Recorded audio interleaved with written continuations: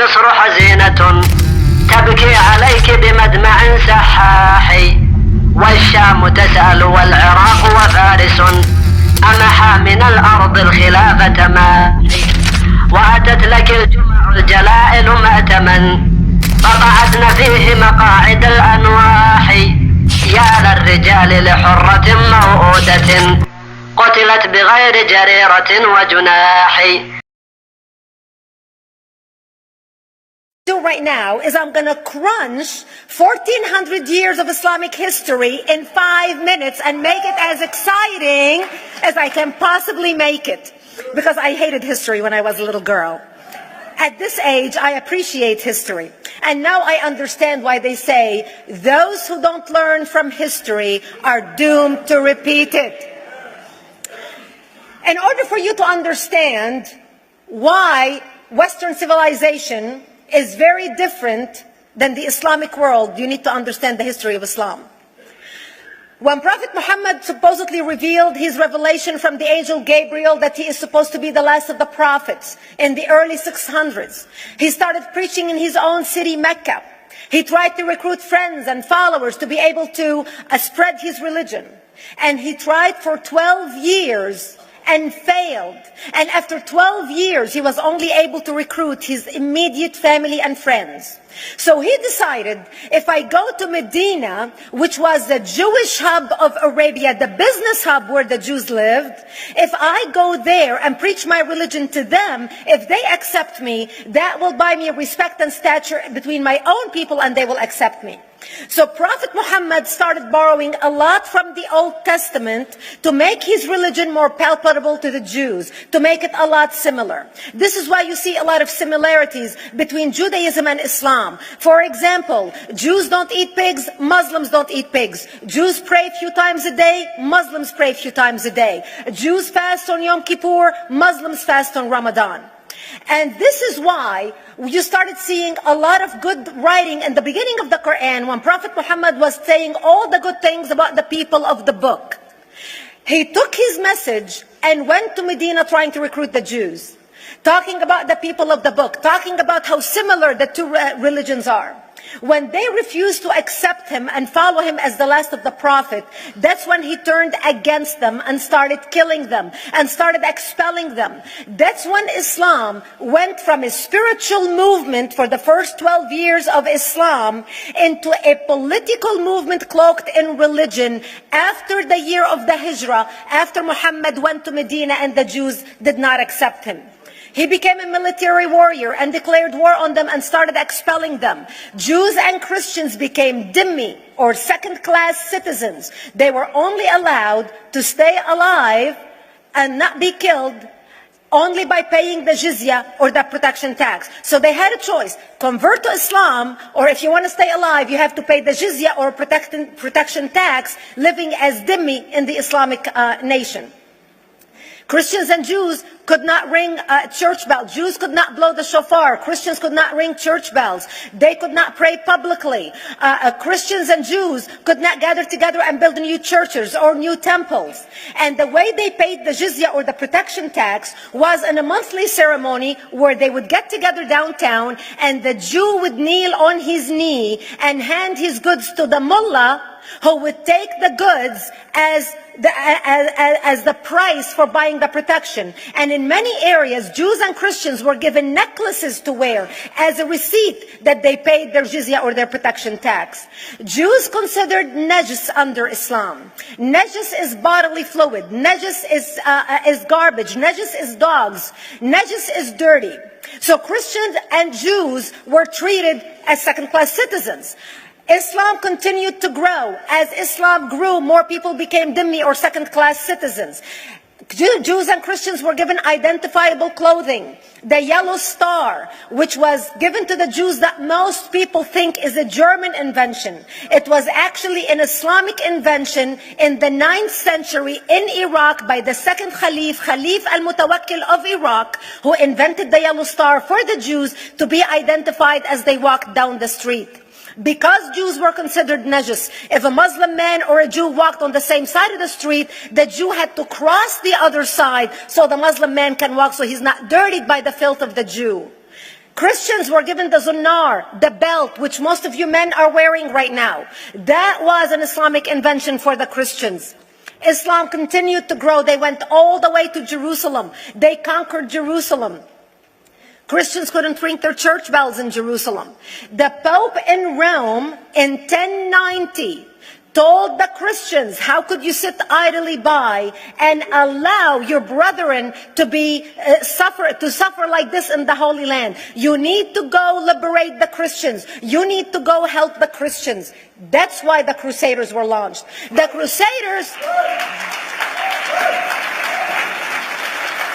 Crusaders were not launched because they just felt like waking up in the morning and going and converting a bunch of Muslims or beheading them. The Crusaders were launched to liberate Jerusalem. And they were able to liberate Jerusalem for less than 100 years before Salah ad-Din al-Ayyubi, Saladin, took it back, and Jerusalem remained under Islamic control until 1967, when the State of Israel liberated Jerusalem, where Christians, Jews, and Muslims could pray under the same sky.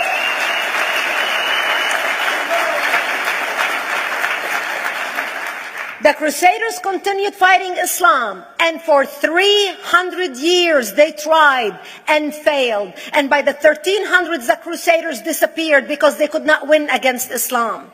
Islam continued to expand. They went all the way to Central Europe. They went all the way to China. They went to India. They conquered Spain. They changed the name of Spain from Spain to Andalusia.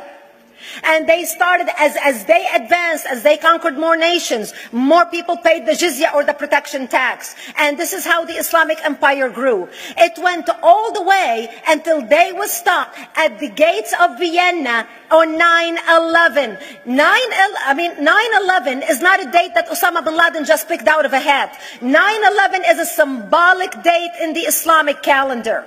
By the 1600s, Islam had covered more of the earth's surface than the Roman Empire did at its peak.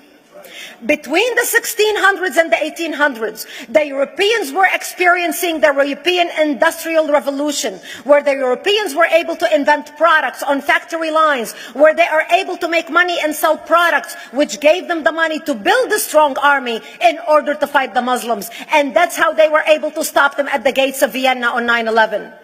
The Europeans started the pushback against Islam. They pushed them out of Europe. They pushed them out of all the way to the Middle East and North Africa.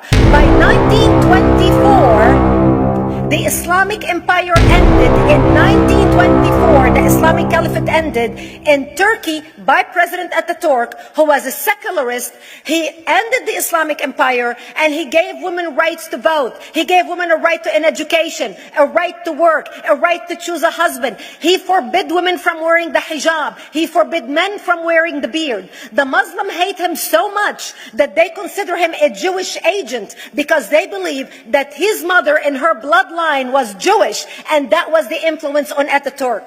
By the time the Islamic Empire, or the Islamic Caliphate, or the Islamic State ended in 1924, the Islamic Caliphate had existed for 1400 years, and it ended less than 100 years ago. By the time the Islamic Caliphate ended in 1924, 270 million people around the world were killed by Islam. 270 million. And we didn't have weapons of mass destruction. And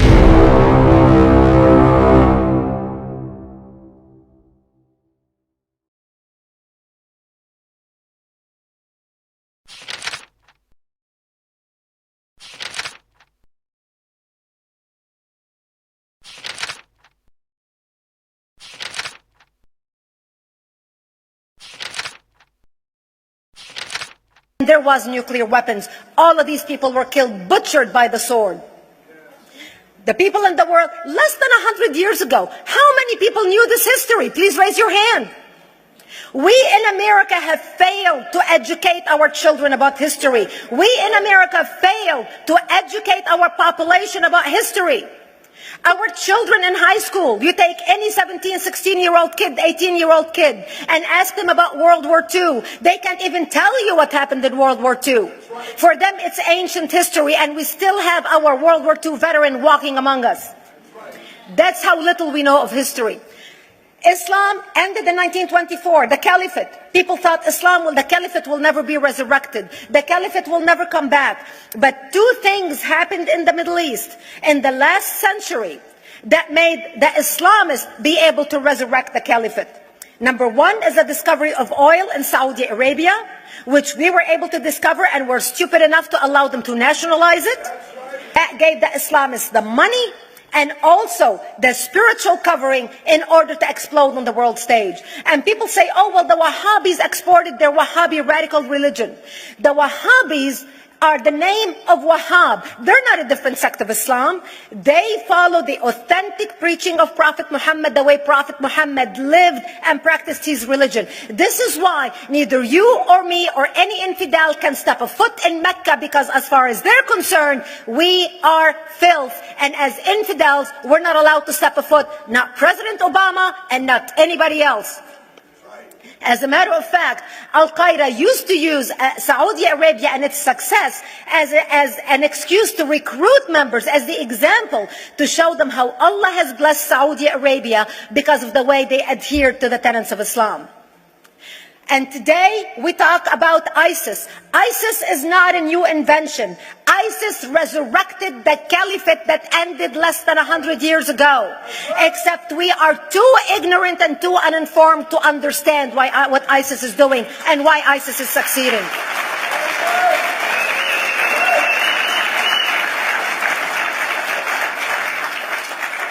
Two things you need to understand about Islam and the principles of war in Islam.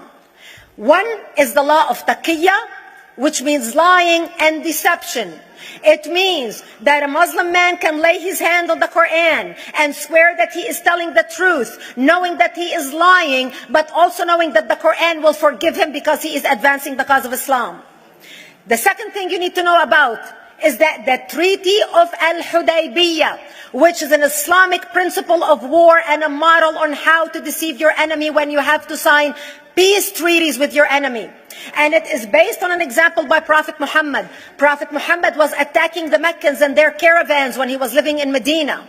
One day he attacked them because this is how he got the goodies. He would attack them, rob them, and spread the goodies among his men. And this is how he was able to recruit, because this is how people made money without working. And so he attacked the Meccan caravans. When he realized he's not able to defeat the Meccans in that city of Al-Hudaybiyah, in that place, he signed a 10-year treaty with them. Does that sound familiar? A 10-year treaty with them that says he will not attack them, he will have peace with them, he will not declare war on them. Muhammad used the treaty for 2 years to build his military, strengthen his army, and when he realized he was strong enough to attack his enemies when they least expected it, because they thought they had a peace treaty with Muhammad, he broke the treaty, attacked them 2 years later, and Mecca fell within 24 hours because they were not expecting the attack. And that became a principle of war in Islam. And to give you an example of how that is practiced, this is why anything signed with Iran means nothing to them. And to give you an example of how this law has been put to use in recent history, Yasser Arafat, who's not an Islamist, but he is a Muslim, met with the Israelis and signed the Oslo Accord in 1993. Remember all the handshaking at the lawn of the White House? The Oslo Accord, Yasser Arafat used the peace treaty, the Oslo Accord with Israel, to get Israel to bring him back and give him his territory, finance his military, train his police, and give his police the weapons. Yasser Arafat broke the Oslo Accord 8 years later, didn't even wait 10 years, and declared the second intifada in 2000, and all hell broke loose. He used the same treaty to win and deceive against his enemies and deceive his enemies. When Jordanian press, after Yasser Arafat signed the Oslo Accord with Israel, and Egyptian press would interview Yasser Arafat, and they would say, how could you sign a peace treaty with the devil? How could you sign a peace treaty with the Jews? Yasser Arafat will tell them, remember Hudaybiyah. That's all he would have to say. The whole Muslim world knew exactly what Yasser Arafat was talking about. We in the West and the Jews in Israel It was over their heads. Nobody understood what Hudaybiyah was referring to. And this is the type of deception that we are dealing with. So when Iran signs a peace treaty with the United States for 10 years, they are using us as useful idiots, as gullible, ignorant people who are signing a peace treaty with the devil in order for Iran to continue her thing. In this deadly game of thrones, there's no place for America or for Israel. We don't have to gamble with our future and with our children's future. Elie Wiesel. And I wish I could promise you, Elie, that the lessons of history have been learned. That is why it is so important to be wise about who we're going to put in the White House next year.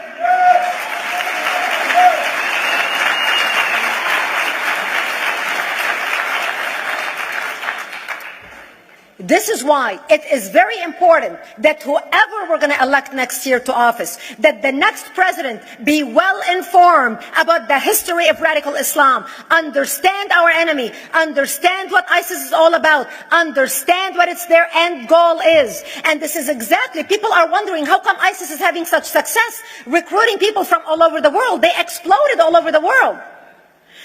The Pew Research did a poll, and of course the Pew Research is not Brigitte Gabriel, is not Fox News, is not Tony Perkins. The Pew Research did a poll in 2013 when they went around the world and interviewed Muslims from Islamic countries all over the world. And they asked them two questions. Would you like to have Sharia law as the law of your country? And would you like to see the Islamic Caliphate? And remember, this was in 2013, before ISIS. The 5 top countries in the world, in the Islamic world, the 5 top Islamic countries: Indonesia, 204 million Muslims; Indonesia, Pakistan, Egypt, Nigeria, and Bangladesh. 77% of Muslims interviewed in these Islamic countries, 77% want the establishment of Sharia law and want the establishment of an Islamic state. That means 77% of the world, quote, moderate Muslims agree with the establishment of ISIS and what ISIS is doing. Let's not fool ourselves. This is very important, that whoever we're going to elect is going to be somebody who is strong on national security, who's going to put America first, who's going to make America great again, who's going to send a strong message to the world. The minute he walks into office, whoever we elect, that the world is going to realize that this person you're not going to mess with, because he could care less about what you think, what the UN thinks, what the world thinks. They can all go to hell. We care about America and only the United States of America.